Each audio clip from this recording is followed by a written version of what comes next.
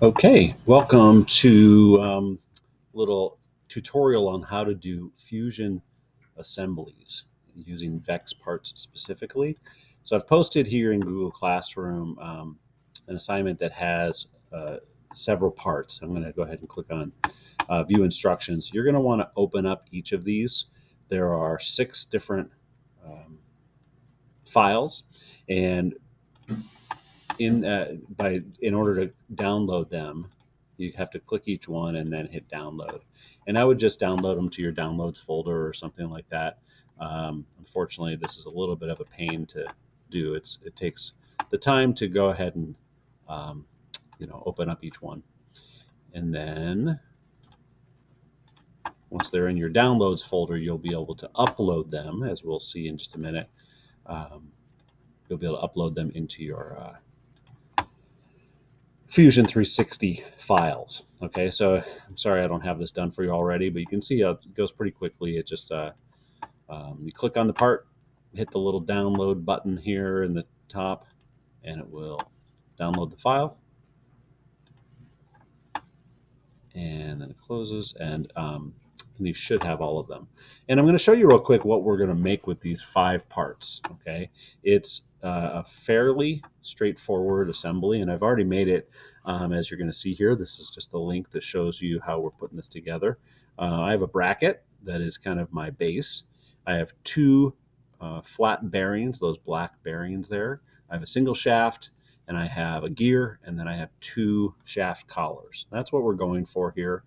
You don't have to do it exactly the way I've assembled it here, but it should essentially be, bearing on each side, shaft collars that hold everything together like you would assemble it in the real world. Okay, so I'm going over now to Fusion 360, and I'm going to create a new folder. You may want to think about what folder in Fusion. Notice how I've got the data panel open here so I can see all my files.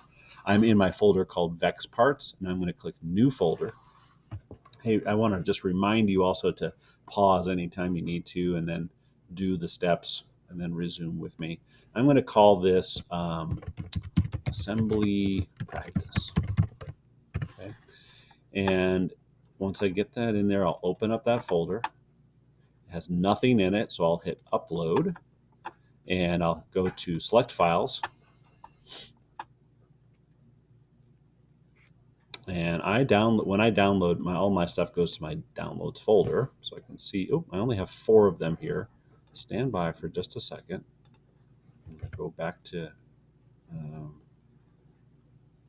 Well, actually, let me see what I have. So upload, select files, downloads. I've got the shaft collar. Looks like I just need the shaft itself. Okay, so I'm going to go ahead and upload. These will think about uploading, but make sure you hit the upload button because it does take a second for them to process. And while that's happening, I'm going to go back to my Google Classroom and get the actual shaft. Looks like I clicked it, and it opens this window, and then it didn't actually download. So there we go. Now I've downloaded it. Perfect. Okay, so back in Fusion, I'll just go ahead and upload again. Select files, get the shaft, open. And then I just got to make sure that I move up so I can click this upload button. All right, so this will take a second to process. And the main thing I'm wanting you to get from this practice and the example video here that I'm making is how to use joints. So much of Fusion is the same as Inventor. Like you want to ground certain parts, and you want to move things on the X, Y, and Z axes, and you want to use center points of things to mate with each other. But in Fusion, we don't use, they don't call them, they are constraints, but we call them joints. And there's 7 different types of joints that include rigid joints when you want something to just stay fixed to another part. There's revolute joints, which allow for revolution, like rotation, like we will want with this gear. And then there's slider joints and a ball joint, like if you wanted to have a rolling ball. There's a handful of others, planar, as you'll see as we get into it. But right now, I've got a new file called Untitled, and it automatically is always going to have at least some file open, even if it's called untitled. So what I'm going to do is go ahead to this in my data panel over here. I'm just going to go to my bracket first and right click and hit insert into current design. And that's going to place a copy of that bracket into this untitled place. And I'm just going to, I like the way it's oriented. The small flat side is facing down. So I'm just going to hit OK. And in my list, like this is going to be like my browser right here, kind of like Inventor's browser. It's not going to be over here. I can close the data panel for now. I'll want to open that back up in a minute, but for now I can close it.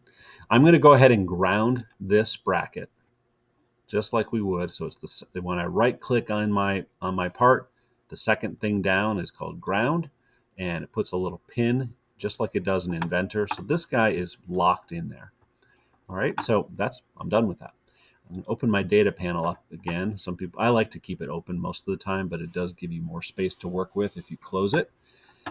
Okay, I'm going to now grab a bearing, and again, I right click on it, and I insert into current design.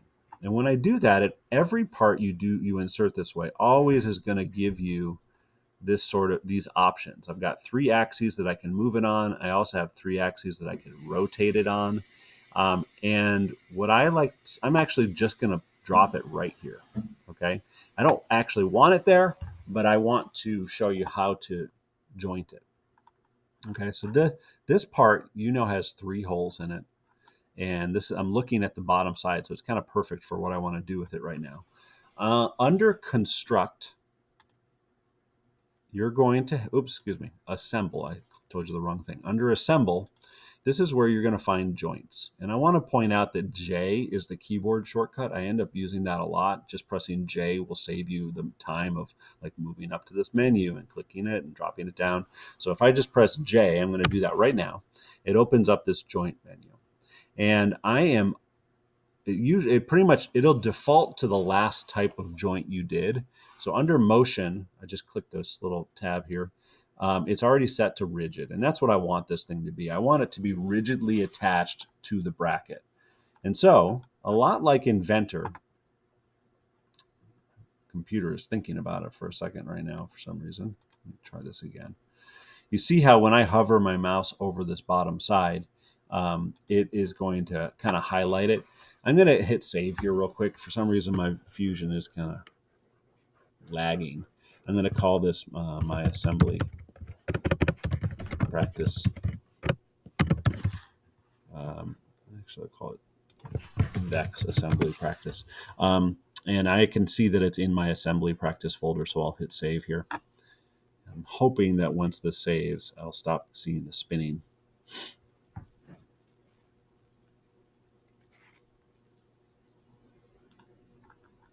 Okay, so I'm going to press J. And when I click on this, by the way, I'm in rigid. Okay, but back under position, when I put my mouse on the bottom side of this is one of the cool things about Fusion is that it gives me all of these points, a whole mess of them, that I can select to constrain or to create a joint with. And I want to use the center of that hole, and I'm going to put it on the far side of this bracket. So when I go over to this bracket now and I click on it, you see how all the points on here, I'm going to just click the side, so it kind of selects the side. And then I'm going to click one of these center points on the edge of a circle. And I'm just going to do this top one. And just like Inventor, I'm still going to need to move it downward 0.091 inches. So 0.091. You may want to write that down. That is what the distance from the edge of these holes is. Okay. The holes themselves are 0.182. So half of 0.182 is 0.091. And what I've just done is I have made a rigid, zoom out a little bit. I made a rigid joint with the center of this circle and the center of the square hole that's behind it. You can kind of get it to show you that outline there. You can see how those are centered now. Okay, and that rigid joint, when I hit escape and if I try to rotate this, it's not going to rotate at all because it's a rigid joint. That's the one, I only need to do one constraint. Okay, or one joint. In Inventor, you have to do like 3, sometimes even 4 different constraints, which to me just takes way longer. Okay, I can look at it from this side. I can see that's perfectly lined up. Those tabs are fitting right into the hole. Now, the next thing I'm going to do is I want to put another bearing on this side. And so I could follow the same process of right-clicking and putting that, inserting into current design. But here's an even faster way. In my browser, I can click on the part that I already put in. I can right-click it and say Move and Copy. And in this Move and Copy menu, I'm going to click the box that says Create a Copy. So I'm not moving the one I already have. And by doing that, I can simply drag this over. Check it out. It's duplicating another one. I can spin it around 180 degrees. And I'll look at it real quick from the side to make sure that it has, I'm lined up well. And I will hit OK.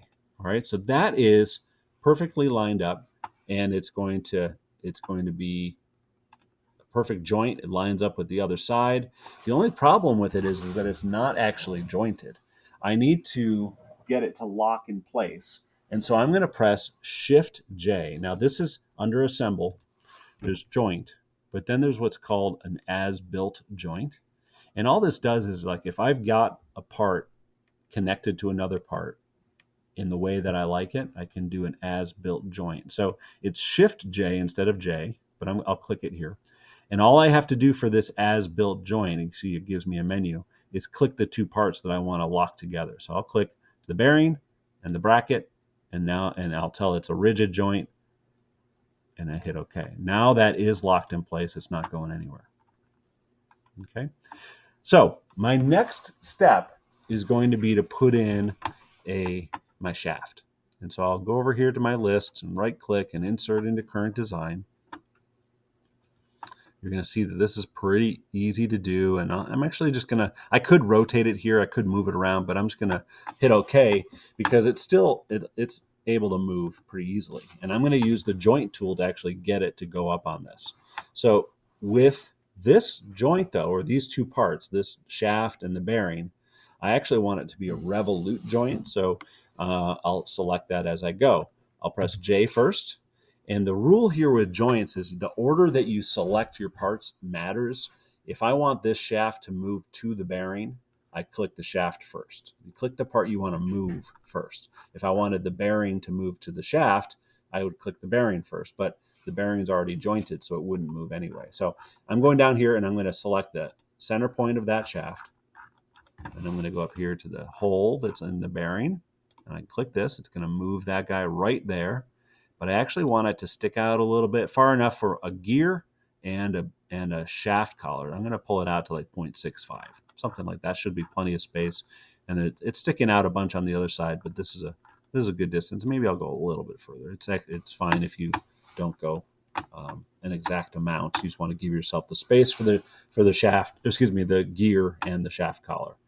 And I do need to go though and to motion and tell this to be a revolute joint, not a rigid joint. Okay, and that's going to give me a little preview to show me that shaft will rotate in the bearings. And I'll hit OK. That's done. And just to show you this also, if I double click on my joint, it allows me then to pivot it if I want. All right, so I can get that in there and spin it around. Hit escape, and it'll just go back to its home, or that original location. All right, next part is going to be to put a gear on here. And I want the gear to be on the shaft, but the gear will rotate with the shaft. So it will be a rigid joint on the shaft. So let's go get it. Insert into current design. And it's not right where I want it, but that's okay. I can just move it around a little bit, and I'll hit OK.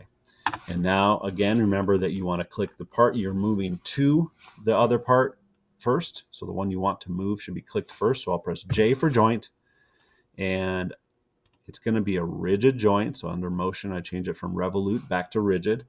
And then under position, I need to zoom in here a little bit. And I'm going to actually use the cylindrical aspect of this gear. So I'm kind of hovering over this ring of this cylinder here. That's how I'm selecting that center point. And I'm going to then zoom in here and select this center point. And that just moved the gear directly onto the center point of the shaft. I am going to use my side view here so I can slide this back a little bit. That looks pretty good. All right, so it's rigid on there, and